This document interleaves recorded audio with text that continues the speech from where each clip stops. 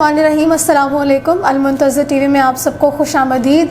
आप देख रहे हैं प्रोग्राम इल्म मार्फत और मैं हूं आपके मेज़बान ज़ौफ़िशा नकवी। जैसा कि आप जानते हैं कि मुहर्रम अल हराम की मुनासबत से हमने अपने प्रोग्राम्स का सिलसिला जारी रखा हुआ है और आज स्टूडियो में हमें ज्वाइन किया है ख़ानम वजीहा हुसैनी साहिबा ने।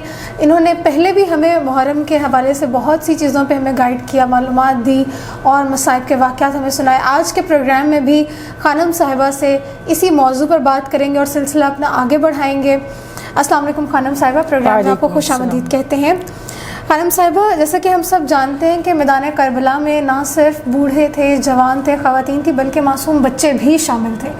सबसे पहली बात तो ये लोगों के जहन में आती है कि इमाम हुसैन जब जानते थे कि वाक़या करबला में उनकी शहादत हो सकती है और होने जा रही है, बल्कि और बच्चों के साथ भी इस तरह का वाक़या पेश आ सकता है, तो इमाम ने ये फ़ैसला क्यों किया कि बच्चों को भी साथ लेकर जाया जाए?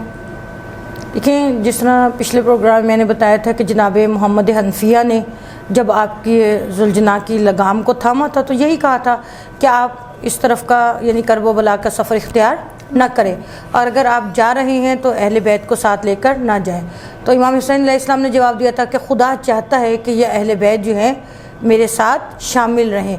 असल में जो इमाम हुसैन अलैहिस्सलाम की कुर्बानी को ज़िंदा किया वो इन्हीं अहले बैत ने किया कि अगर अहले बैत मौजूद ना होते तो कूफा और शाम के बाज़ारों में कोई भी ना होता जो इस मकसद को उजागर करता और लोगों के जहन में एक ही बात रहती कि नाउज़ुबिल्लाह इमाम हुसैन बागी है।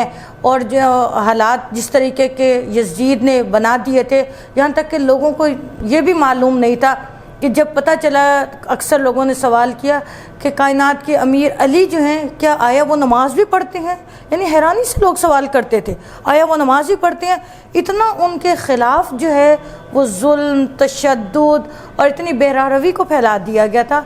तो ये ज़रूरी था कि अहले बैत का जाना कि बीबियों ने जाकर जो खुतबात दिए, जो मकासिद बयान किए, उससे मालूम हुआ कि करबला का जो वाक़या है असूलन ये हक़ की फ़तह है।